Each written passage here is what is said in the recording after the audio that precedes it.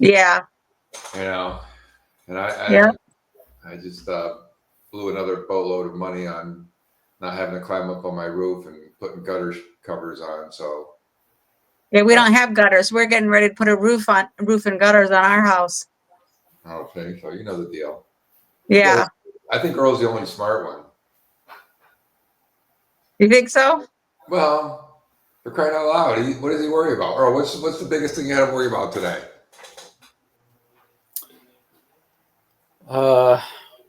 Waking up. Yeah. Well, I'm retired. That's pretty much what I worry about too. Well, you Make still sure. got the house though. You still got the payments. You still got the people traveling. Yeah. You know. Yeah, but we know you have to have a place to live. He has a place to live. Yes, that's true. Your parents were my inspiration. You realize that. You know, when I went over and said to your mom, you know, what was it like, you know, living out of an RV for 10 years? She said it was the best days of my life. I know. I miss that opportunity. Well, you get closer to the laptop, John, you're kind of echoing. Oh boy. Echo. There you go. That's better. Right down. Yeah. There. Whoa. Now I just won't listen to anything you say. Don't listen to me. Yeah, I mean we were happy because we got the house and the pool. You know, the kids come over and hang out in the pool on the weekends. Right.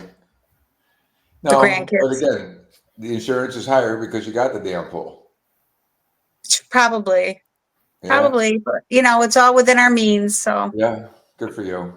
We were really careful when we bought. It's only 1,200 square feet. No, mine's not much bigger. It's tough for, you know, mom living downstairs. Yeah. You Well, know? we don't have it downstairs. It's just on a slab. Right.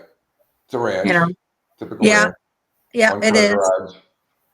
It's a cement block house. Yeah. Yeah, 1-car garage. Yeah. Yeah, you're right. Stay within your means. Yep, that's it. You know, because once you start, we're paying less than we were paying for rent. Yeah, that's scary. Yeah. That's the world. Because rent was getting just out of this world. So I miss that lifestyle though. I miss being able to go down to the big pool and, you know, walk around the neighborhood, and it's just different here. Yeah. You know? Florida's like that too. I noticed that there's pockets. Yeah. Right. Yep. And there was people there that I could talk to. There was a lot of teachers there. There were a lot of people who were retired, so we had things we could talk about in common, even though we weren't close. We could still chit chat. It's important. But we don't have that here. Right. So you got a senior center at least or something? No, we haven't been able to find anything like that down here. Yeah. Wallingford has a great senior center. That's mom's safe haven, you know? Yeah, that's the thing. We started going to church, and we're going to a senior group at church, so that helps a little bit once a month. Good. Hopefully we'll connect with some people there and start having people that we can go out to dinner with or out to lunch with or something like that. You know? Yes, absolutely. It's important. Yeah. So what's the agenda supposed to be here? Is there an agenda that I have to worry about, or can I just like continue? Well, I'm supposed to be talking about what you guys were like when you were little, what I remember. Yeah. What was John's name? You kicking us out of the house so you could hang out with your boyfriends. That's what I remember. I busted. Absolutely. What did you say, Earl? What did we call John when he was little? Well, there's a whole story behind that. Oh boy. My father was always asking people what their name was. Right. And we had Very Funny, and we had, Doreen and David with their nicknames, and you just turned around and looked at Dad and said, "I'm John Joseph Mansoff Jr. J. What else would I be?" So we called you What Else Would I Be? That's right. When you were little. Yeah. You two were so close. You grew up like a brother. It was odd that you had to go home at night to go to your own place to eat and go to your own place to sleep because you were always together. Yeah. True But I that. remember you guys playing in the car. The dad got you that nice Rambler that you used to play with in the backyard. Remember that? And I remember you guys walking around with you coming in, running into the house. You needed a cape. You were going to play Batman and Robin. You needed a cape. You needed a cape. Mom always had something ready for you. Well, we had our security blankets that could turn into a cape by poking Yeah, a hole through it. yeah, she did. She always had something for you. I was telling Earl the other night about how what I remember about him most was that he was so clumsy when he was little. He could walk across we used to say he could walk across a dance hall and fall and break a tooth. Oh, geez.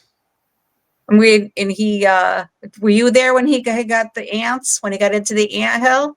Yes. Yep. I was there for that in the Yeah. sandbox.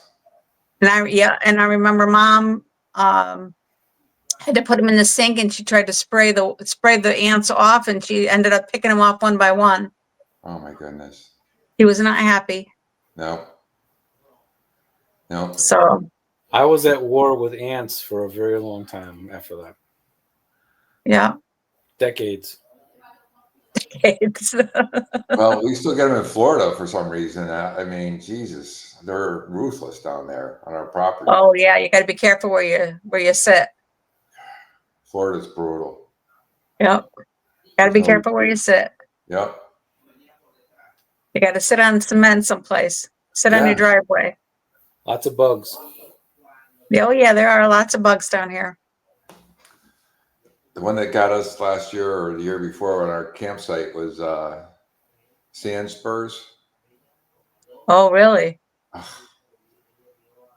They're brought painful, them huh? all the way back home. They just clung to everything we owned. Oh my gosh. Just couldn't get rid of them. Do you remember when we were learning how to ride bicycles in the yard? No. Because we had that. No, but little I remember you guys. I remember you guys using the Jeep and the tractor. Yes. Great. All the time. Yeah. Now, the last time Earl we just told me talked yesterday or the day before or whatever that that was a hand me down. Because I said my tractor remark was to him not. was number one reason to hang out at the yachts was they had all the cool toys. That's right. That's right. The record how many kids get a players real car to play with?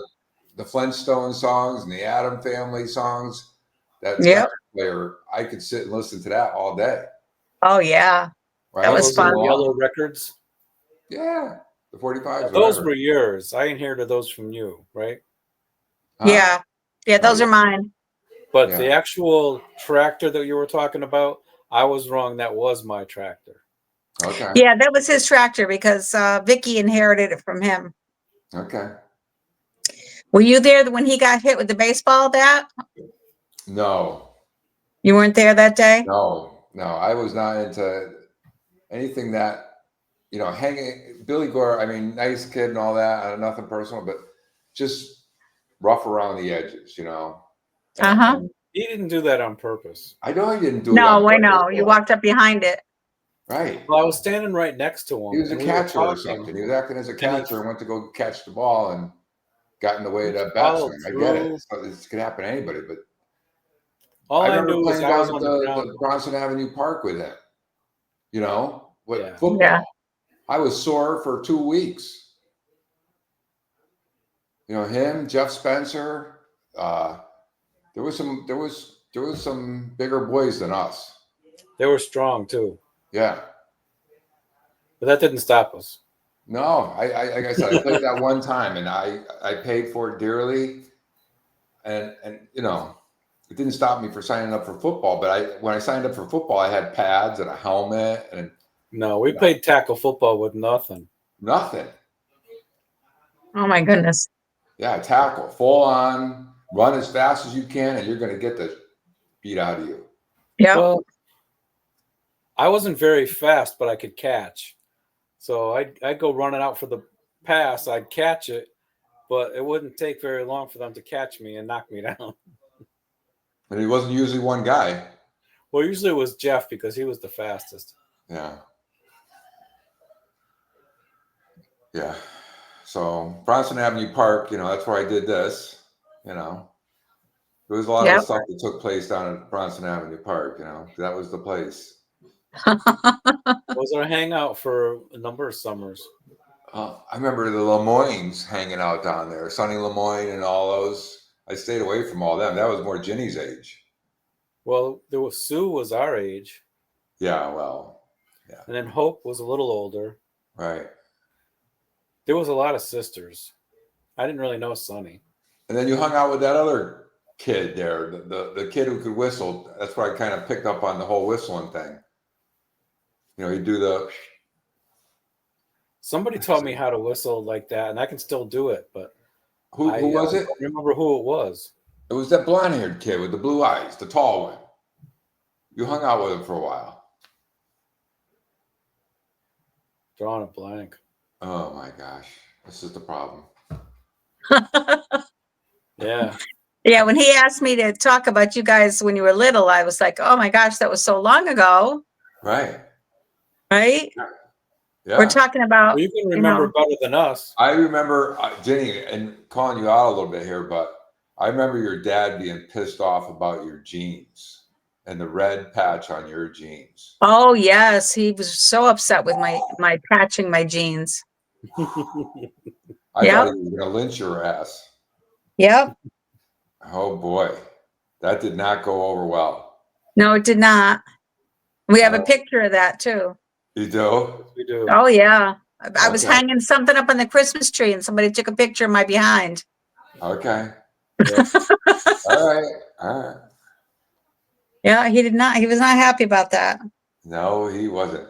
I'll tell you another thing he wasn't happy about. When I first probably went over there, I got invited for dinner. It was probably my first invitation.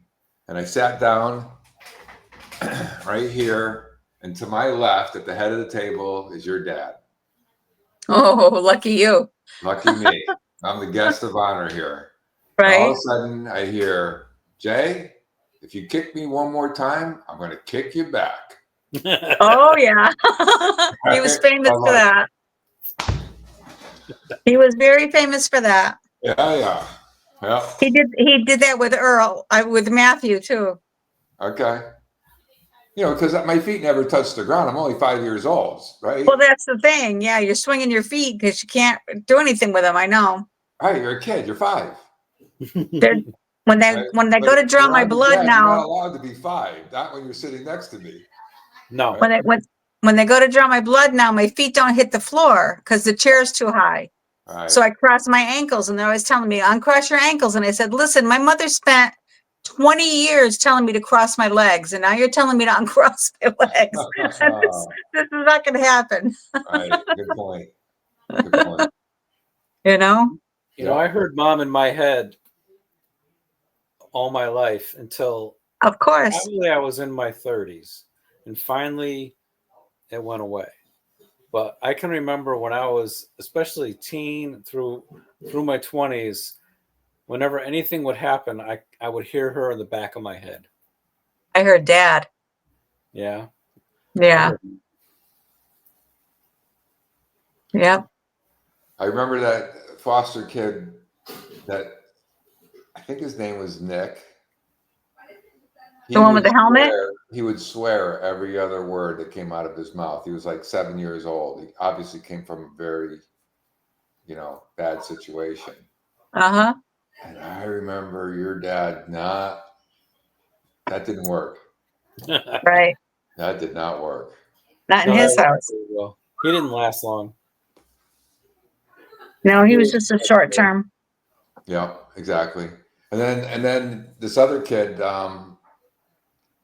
this helped me out as an adult. I went to, I was volunteering for Army, which is one of the Methodist mission programs. And we bring college kids and high school kids out to do chores at people's houses that are struggling, right. Postal services and whatever. Right. So my first step is to go to this lady's house and ring the doorbell. And I've got I've got all the 2 girls and the 1 college boy with me. And I'm ringing the bell and the lady's not answering. I'm ringing the bell and the lady's not answering. Finally, she yells down or something. It was very almost like hostile in her approach to saying hi. And we kind of, we're here from Army, blah, blah, blah, blah, blah. We get our foot in the door and we're all excited for our first mission. And we introduce ourselves and she kind of, all of a sudden, boom, she hits the ground like a ton of bricks. Oh my gosh. She starts going into seizures. Oh my goodness. And I say to the girls, would you please go back to the car and get some water out of the canteen? Right. And the young man stayed with me. And the college kid. And she comes to and she said, I didn't expect anybody to be here. I said, why? And she said, because whenever this happens, everybody just leaves me. Oh, for heaven's sakes. Right. And immediately the bond was formed. Yeah. Right, the trust. Right.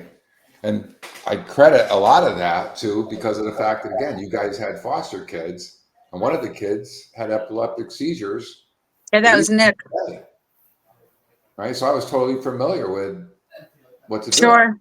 Right. Right. I got introduced to that when I was knee high. Yeah. Right. So as an adult, The epilepsy was Carlos. I just moved the furniture away, make sure she wasn't gonna, Right. That's all. Wait for her to come out of it. That's one of the reasons I became a teacher, was because I figured I had so much experience with kids. Right. Little did I know. Yeah. Don't get me started, please. I could write a book. Oh my God. Guns. Maybe that's our next thing. Our next money making scheme. Do you guys remember Earl's 18th birthday party? He tells me about it. And I remember bits and pieces, but I don't remember the whole thing. No, not that one. I remember going over to your place. I want to say it was in Meriden when you had an apartment with Brad. Oh, okay. And the beads, I remember the beads being at every doorway. Yeah. Right. That party or that encounter, I remember, because I hadn't seen it in a while, I'm sure. And to see it in a different limelight, right? Right. So that I remembered. But the 18th birthday. That was up on Broad Street. If you asked me which house it was, I wouldn't know. Yeah. Because it just, again, certain pieces of my memory, more relevant or more able to be recalled than others, Yeah. That one, no. No. And he remembers it like it was yesterday. Yeah. Well, not really. I had one of those 110 cameras. Yeah. And I put a roll of film in it. Okay. And I stuck it on the kitchen table. Okay. And then I got the film developed and we got a bunch of pictures, but I didn't take all the pictures. I just left it there for whoever wanted to take a picture to take a picture. Yeah. And then whatever we got. Right. So there's a bunch of pretty interesting pictures from that. There's actually no pictures of me. So I probably took a lot of the pictures, but there's not pictures of everybody that was at the party, because I remember other people being there that we don't have pictures of. That's kind of funny. Me and my girlfriend, there's no pictures of at my party. Well, and honestly, if it wasn't for the pictures, I mean, some of these things, would be lost in my memory. I mean, when I see the pictures, I'm like, oh yeah, I remember that now. Yeah. Back then, you could buy one of those 110 cameras with a roll of film and some flashes for like $20 or something. And every once in a while, I'd have the extra $20 and I'd buy one. And, you'd lose them quicker than, Well, and They the would cost left of forever getting them if you developed, kept a and then hold of them, but finding I could out, lose the film was a waste half the time. Now we take it for granted that technology and just instantly seeing what we're doing. Yeah. Reshoot the picture, You have right? to get them developed too, so Right. that's even more money. That's what I mean. A lot of times I didn't have the cash to get the stuff developed. Right. Or by the time I did, something happened to it, like you said. Spent But I it on remember something cameras else. always being hanging around during a party. Yeah. Even the one where Sherry Sullivan fell asleep with her head in your lap. I have pictures from that party. Yeah. Yeah. That was New Year's after I got back from my first semester at UConn. He shows up we're at a bar, right? Literally the whole gang is at a bar dancing and having a good time. And here Earl shows up after boot camp. I think he was probably still in his, private gear or whatever. Right. And talk about looking like, out of place. Yeah. Right. And he was actually pretty fit at that point. Straight out of boot camp. They all come back with that. I had a 27-inch waist. Right. Do you remember when you guys took me out you took me out to a bar one night? I think you were there, John. Only one night? Yeah, it was. It was I remember there's 6 years difference between us, so we didn't hang around a lot, but I remember it was between boyfriends. 18 then. Yeah. I think you guys were 18 and and they carded me and I looked at the guy and I said, "Oh, thank you so very much." Because I 24. I had to be 24 or 25. Yeah. Yeah. You're so little though. And, at that age, they do more carding. Yeah. Well, because I was with a bunch of 18-year-olds too. Right. That doesn't help. Yeah. Right. I don't remember much about that night, but I do remember that. Well, we loved our dive bars back then. Yeah. What's that? We loved our dive bars back then. And there was no shortage of them in Meriden. Yeah. Yeah, but the thing is honestly, I think about it now. The bands that came to those little venues to play, I don't know where the money came to pay them, but bands would just show up there that were phenomenal. Yeah. I remember a band called Long Sunday Drive. I mean, didn't you know the people from that band, Jenny? Yeah, I did. Yeah, they were phenomenal. They did all the old songs. I mean, Henry. They were ahead of me they were ahead of me about 2 to 4 years. Some of them were ahead of me in school. They were amazing. I loved that band. I loved that band too. Yeah. Long Sunday Drive, LSD. Yep. And that's when you showed up, Earl. That night they were playing. Okay. They had some great battles of the band back then. Yeah. Well, Jenny and I used to go see them a lot. Yeah. We used to up at Seppa Field. Okay. They used to do a lot of stuff up there, up in the football field, up at Seppa Field. Not for us. And then at the band shell in Hubbard Park. Yeah. Yeah, I was just up there for the Daffodil Festival. Were you? How was it? It was great. They had all blues bands at the band shell. Oh, excellent. Right? And then they had us at the main tent where the food is. They had another really cool, more girl band, singing, the more mellow music. Right. So it was perfect. And, because there was a threat of rain, I think that day, it was Sunday. Everybody had gone Saturday for the parade and all the other activities and their children. Okay. So Sunday, it wasn't as crowded. There was nobody there. It was perfect. Oh, that's great. Because it did rain eventually, like 4 o'clock, 5 o'clock. But by then, everybody's packing up and ready to go home anyways. Yeah. Yeah. Right? On a Sunday night. Yeah. Yeah. We were on the motorcycle, pull in. You can always find parking. The sad reality is, people are charging for parking now. It's not like the good old days where you could, I had some guy at my house selling me gutters tonight, and he's saying how he used to sneak into the New Haven Coliseum back in the day. You know, I'm like, Wow. can't do that I was stuff never able anymore. to There's too sneak many in. cameras. There's too many security. There's too many robots. You know, there's The too much. last time I went to the New Haven Coliseum, I almost got suffocated.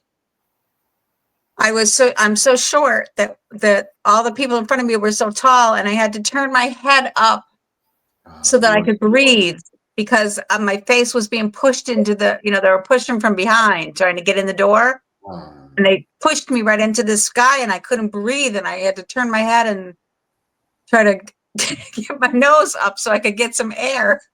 What show were you seeing? She's on the floor. I don't remember. I used to see the Grateful Dead there a lot. Yeah. Mm. And you could just show up with, a $20 bill and scalp a ticket and go in, and you didn't care where you were sitting because you weren't going to sit at a Grateful Dead concert anyways. And then you just meet up with all your friends out in the hallway outside. And then if you wanted to, you could go right down to the floor because nobody would stop you at the Haven Coliseum. And you could hang out on the floor and dance around for the Grateful Dead and then go back out in the hallway. And it was just kind of like a flow of people throughout that place. Yeah, but it's evolved now. To see a band like that now, it's $200 to $400 if you want to even get in. It's insane. It is absolutely insane. Right. I'm glad I did it a lot when you could do it at a reasonable price. Yeah. Yeah. Yeah. I think $5, $10 tickets was what we were paying back then. Yeah. 20 at the most. I don't remember 20. Scalping was 20. Oh, I went to a concert in at the Palace in Waterbury. It was for Deep Purple. Mm. And I slept through the whole thing. I can't believe I still can't get over that. I slept through Deep Purple. I slept through Grateful Dead, so we're even. Did you? Yeah. Yeah. Well, you're my buddy then. I slept through Van Zant's in New York City and Broadway. Yeah. All right. So you two were always inseparable. Yeah. Yeah.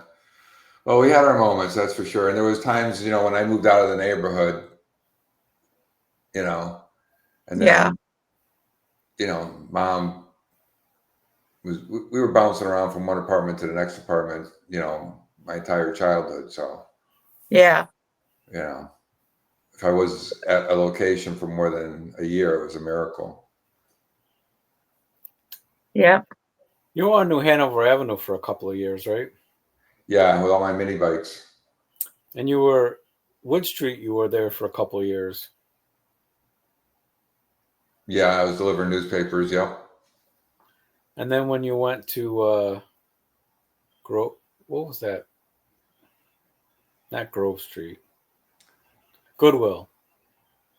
Oh yeah. Goodwill. You were there your whole high school, right? That was probably the longest. Yeah. Yeah. Good point. But I moved out of there to move in with Frank for about a summer. Yeah. Well, that's where the New Year's Eve party was, where I got the pictures. Oh.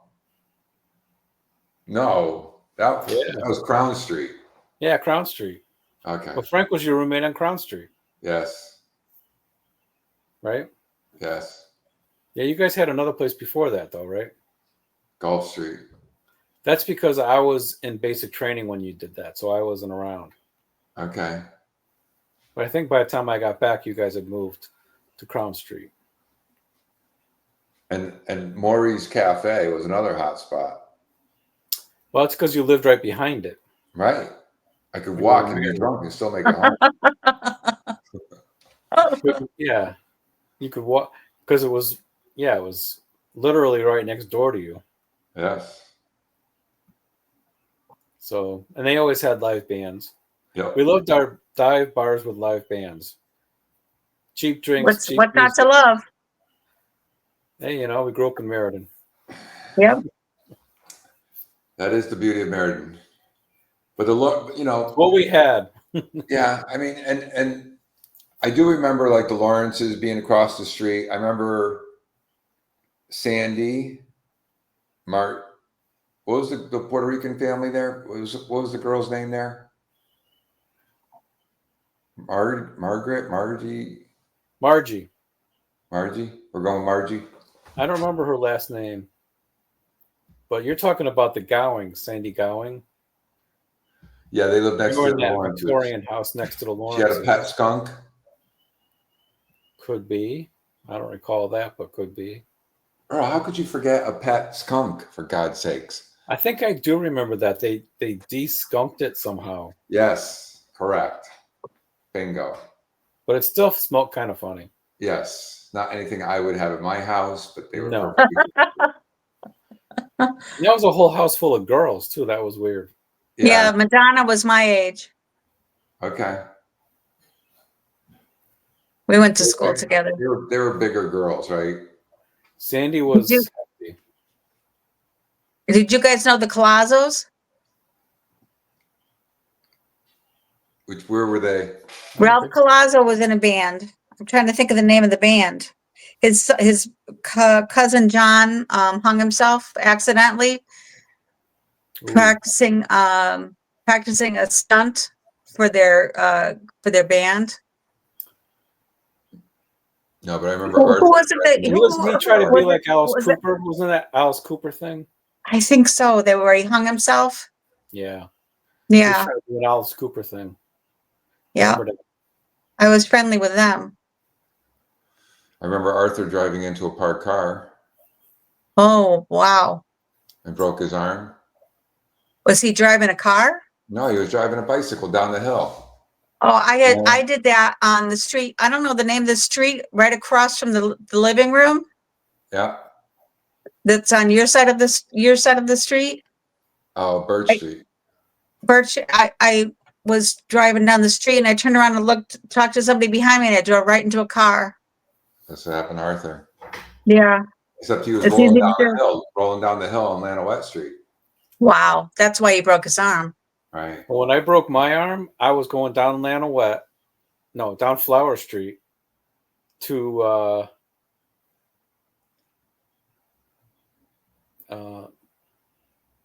Old Colony, right? Yeah. Down at the bottom.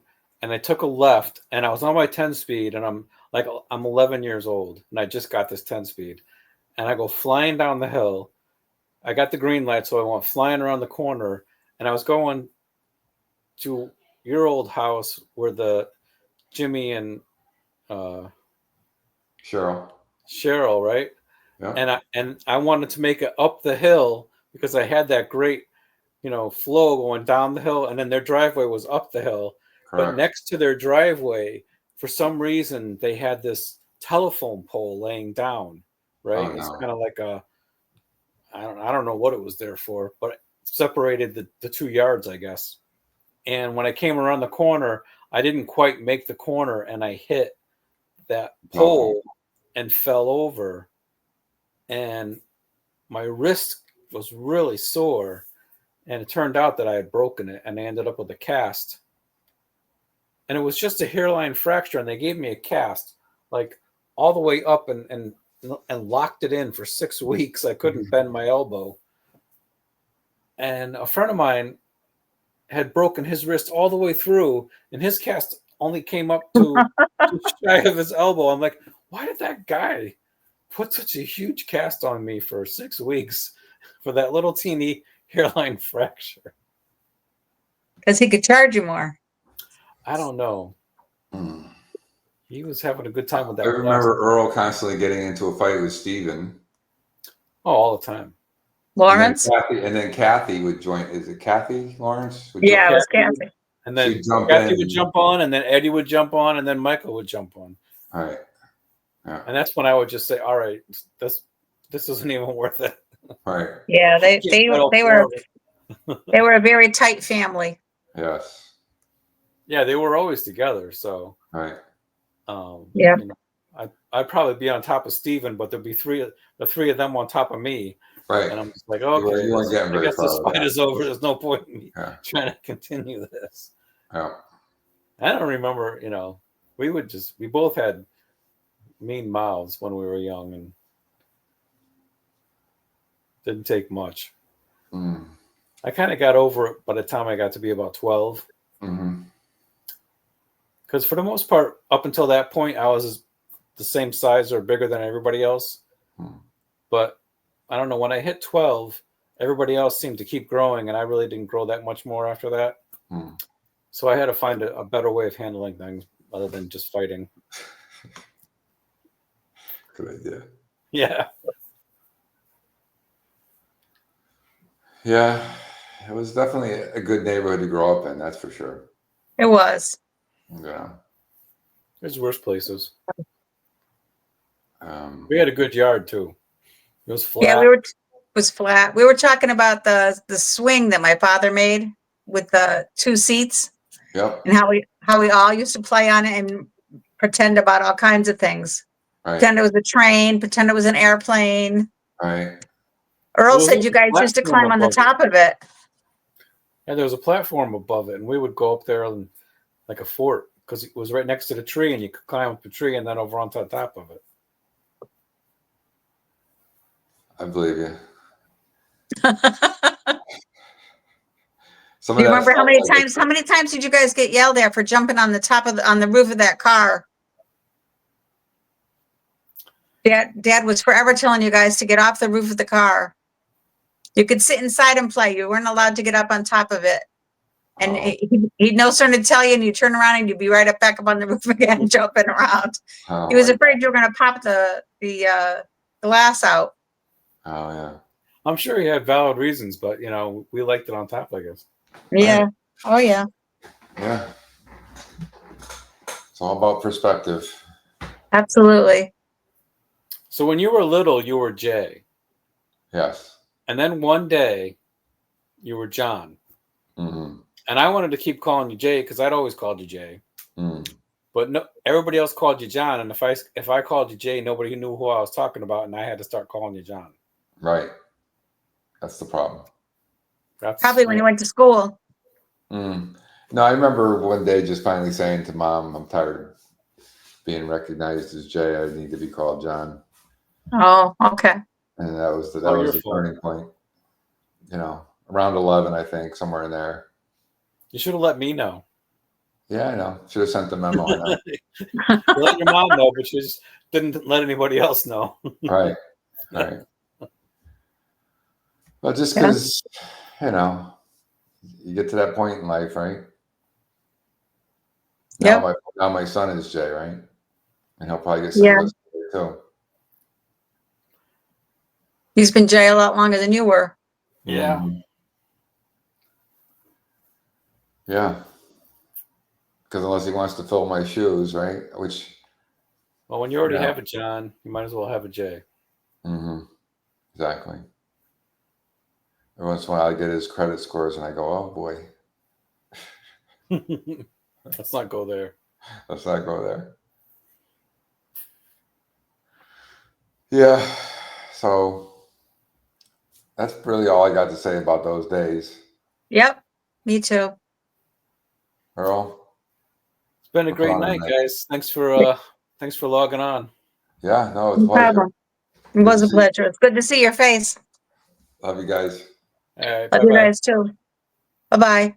Ciao.